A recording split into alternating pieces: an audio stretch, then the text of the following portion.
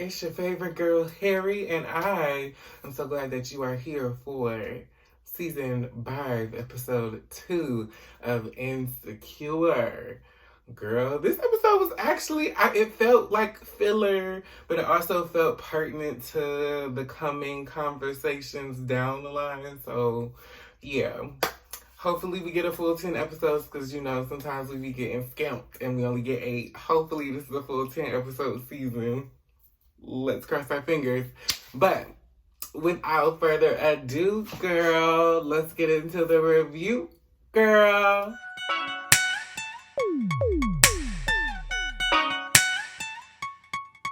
Yeah. In this episode, we do a bit of a time lapse. So it's 1 year in advance in this second episode. Issa has broken up with Lawrence, and so now we're 1 year advance. Molly and Issa are getting along very well. They're having really good conversations about, everything, that has to do with Issa's work. The Blocc is doing really well. She's putting on, so many different events. And her and Nathan are really good friends, or at least we see that, they're, being friends to each other versus lovers, which, as, a person that is deeply Team Nathan, I'm sad, but there's hope. Until we get to the end of the episode. We'll talk about that. We'll get there. Also, Molly is being more self-aware, and, she's using the things that she's learned in therapy. Now, we haven't seen her go to therapy so far in this season, but, she's using all of those techniques that she's being taught in therapy. She's cut her hair, she has a new look, and she's starting to date more. Or getting back into the dating scene, I should say. So, her parents are getting older as well, and she's trying to get them to, do their will or set up an estate, one of those things. I can't really remember, but I just know that's what she was trying to get them to do. And she got really upset with them at it, and she apologizes to her mother first. She doesn't wait for her mother to call her. She doesn't, bitch and moan about it to Issa. She just apologizes and calls her mother and says, I was wrong, and, I just be having my feelings, and I just want the best for you. And, they have a, very nice dialogue. Now, her mother is still wrong for trying to force, Molly into this dating scene, especially with men that are clearly not compatible for her. But, parents will be parents, and they do what they do. And it's very interesting to see Molly, and I'm not a fan of Molly by no means, but because she's turning a new leaf, I might be a fan of Molly by the end of the season, but it'll only be for season 5. Because the rest of them seasons, she's trash. Fuck Molly. But as of right now, I'm seeing a change. I'm seeing good things for Molly, so I'm happy for her.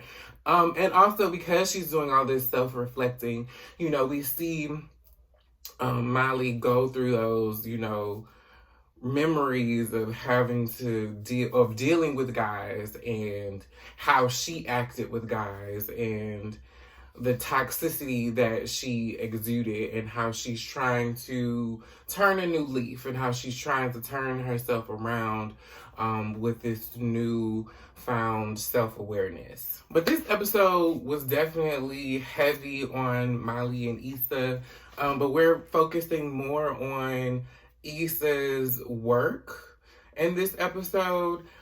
She starts to work with a designer by the name of Crenshaw, played by Kofi Siriboe. Who that fine ass man? And at first, I was like, oh, well, you know, when you see him in the trailer, you thought maybe Kofi is like a love interest. It's not giving that. Now, it may give that later down the season. We don't know. I don't know. I think it's definitely going to be very heavy trying to choose between Lawrence and Nathan throughout the rest of season 5. But we don't know because, you know, Issa, you know, has sometimes tendency to have a, you know, a fuck buddy or friends with benefits here and there, you know, especially with the big dude from last season and the young dude from, I think it's season 3, or it may have been season 4. It may have been in the same season. I can't remember. But, yeah. So, you know, who knows? But she's starting to work with this artist and designer by the name of Crenshaw. And so, you know, he's, you know, very much in the community, and he uses his art to express what is going on with police brutality and the prison industrial system and all of those things. And so she's starting to work with one of the panelists from the Stanford reunion, because she has this water company, and so she's she's one of the investors in Issa's company, and you know she's working with these people, and they like Crenshaw, but they don't like him. They feel like, you know, she could use other people that have more experience. And, you know, she doesn't want to do that. She wants to use him because he's from, you know, the Crenshaw area, and, you know, it just makes sense.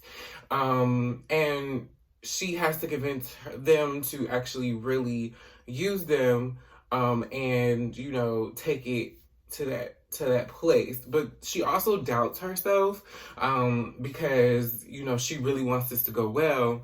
So instead of trusting her instinct, is trusting her intuition about Crenshaw, she lets the investors kind of make these notes about, you know, his creativity and what he can put in the show.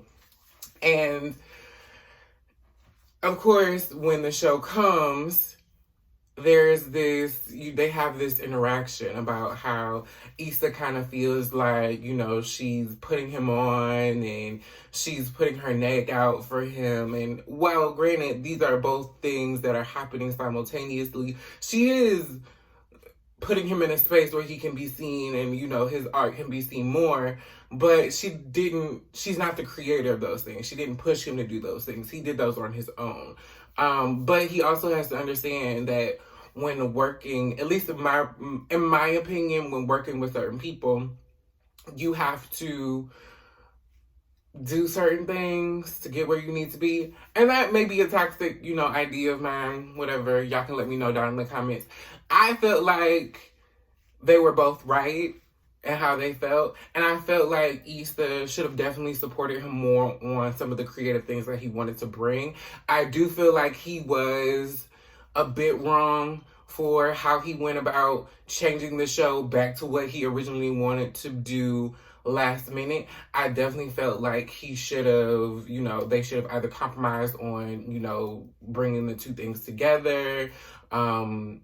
But, you know, it is what it is. He ended up doing it. It ended up being a smash hit, so we're great there. But it could have turned out really bad, and then, you know, Issa would have been, you know, shit, and he would have been shit, and then, you know, we have nothing to show for all of this work and all of this time that we spent doing this because you couldn't communicate exactly what you wanted to do, or you couldn't communicate it properly and you just did what the fuck you wanted to do. And so I understood how Issa felt, but I also understand, you know, she did feel guilty for not bringing those, or not trusting him and trusting her intuition when it came to her work as she should have. Also, we get more into this friendship that Nathan and Issa have. And once again, I'm, you know, Team Nathan. Like, I want them to, like, work. I want them to be together at the end of the season, honestly. But Issa's not ready. Issa's not ready. Even though it's been a year and the time lapse, which I found so weird. I was like, wait, so we're just doing a time lapse like that? That's crazy. But okay, I guess we, you know, I guess this is a natural progression of things. when it comes to, breakups and, how we become friends with people and da-da-da. So I guess, I get it. I see it. Sure. Because, I would honestly, if I was Nathan, I would honestly be wary of Issa if, the first right out the bat of her breaking up with Lawrence, we cool all of a sudden. I would definitely be wary of that. So, yes. And even Molly says, I don't know, if I could do that, but, it's cool. I'm glad, that y'all are working out. And Issa is helping, Nathan with, bringing events and things to his barbershop and, all of those things. So they're genuinely friends. She's on the phone with him. She's like, you better carpe that DM. Meanwhile, she don't know what carpe diem means at all. And it was so funny, but you know how Issa is. She just wants everybody to work and things to work. And then, of course, we get to see Koya, which is Courtney Taylor's character, which I fucking love Koya. She's hilarious. And, she's, Issa's assistant. And, she's very supportive. And, she brings a lot of comedic relief in the way Kelly used to, where she would just kind of pop in and say something funny and then pop out. Like, she definitely does that. I definitely love that. Like, her comedic timing is amazing. Because she talks about her, her mama. She's like, girl, I had to leave the house because my roommate, she be fucking her man way too loud. She was like, but my roommate is my mama and her man is my daddy. It is hilarious. She's hilarious. She still thinks, Molly is the reason the first block party got shot up. So she, brings out the wine when she sees Molly at this current event that she's having, or that Issa's having for Crenshaw. It is so funny. So I really love Koya. I really love seeing her on screen when she comes in. She's just hilarious. But we see this relationship between Issa and all of these people, and it's so nice and refreshing to see Issa in this healthy place, but also in this place of trying to understand this new role that she has in her life and this new place that she has in the world. Because before, when we used to see Issa, we used to see her working with We Got Y'all, I'm sorry. And she would be trying to figure out all of these, her place in the company and trying to figure out how she could advance and, be of more help and do all of those things. And so now with her own company, she's just trying to figure out what the fuck to do and how the fuck to do it the best.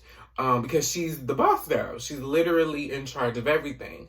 And so it's so nice to see her live in this purpose and really want to bring all of these beautiful things to her community and really, I guess, counteract the gentrification of the South LA, South Central area. So I really love this for Issa, even though she's struggling. But I feel like in any situation where you have a dramatic change, like a career change and like a career path, and you're seeming to have this, really good trajectory, to still be kind of unsure. I think it's very real for a lot of us, especially, younger millennials or older millennials for that matter, just to see that, because honestly, a lot of us are, especially due to the pandemic, we've changed our careers. We've changed our, our career path trajectory. We've opened our own businesses. We started, entrepreneurships because we saw that, just being with these companies or trying to work under other people just wasn't working for us. And so now we have these, these new experiences that we're having on our own, and we're trying to figure it out. So I really like that. And then, of course, we get to the end of the episode after she's doubted herself with Crenshaw, but everything goes well. She feels guilty and she feels shitty for not trusting him and trusting her instincts when it comes to the art that he was bringing, because she was supposed to advocate for him. That was her job, as, you know, owner of the Blocc, and as, you know, presenting, you know, these people that she wants to represent and, you know, bring to the community and bring awareness to. So she felt away. So she calls Nathan, and, you know, they have a conversation, and then Nathan's like, oh, girl, well, I'm gonna, you know, hit it because you look tired, and, you know, it's all good. Like, you know, everything's not gonna work, and da-da-da-da. And so she's like, well, I don't want you to leave, like, spend the night, da-da-da. So, of course, I'm like, okay, here we are. Here's the glimmer of hope that we was all looking for, right? And, you know, I'm like, yes, they're about to get back in it. It's about to be, yes, we're here. And then they start kissing, and then Issa busts out crying. And I was like, yo. And I've been there before, so it's crazy because I've been there before, where I, you know, was being intimate with somebody, I bust out crying just because the emotion of the situation and how I was feeling were like, it was too much. I couldn't do it. So I was like, yo, why is Issa always in my business like this? Like, I feel attacked. But she wasn't ready. She wasn't ready to have a physical or that intimate of a relationship with someone again, because she was still upset about Lawrence. But at the same time, she's doing it in front of somebody that has really strong feelings for her and has had really strong feelings for her since they met. So I'm pretty sure for him, it was like, yo, she's crying over another dude while we were just about to be intimate or have sex. Like, what the fuck? Like, this is like not what I signed up for. I can't do this. And so he pulls a fuckboy move and leaves in the middle of the night. After comforting her and, you know, all of that, he leaves. And I was like, yo, now I ain't never had nobody leave in the middle of the night. I don't know that feeling, but after reading some of, like, the Twitter, you know, stuff, it was like the girls were triggered. It was giving, yo, like, I remember when this nigga did such. I was like, whoa, girl, I can't relate. Now, I can relate to the crying part, but I can't relate to being left part. That's wild. That's so wild. So I felt really bad for Issa. I really want her to succeed. I want her to feel like she's, you know, loved and all of those things. But at the same time, it's like, yo, we got to figure out this whole Lawrence thing.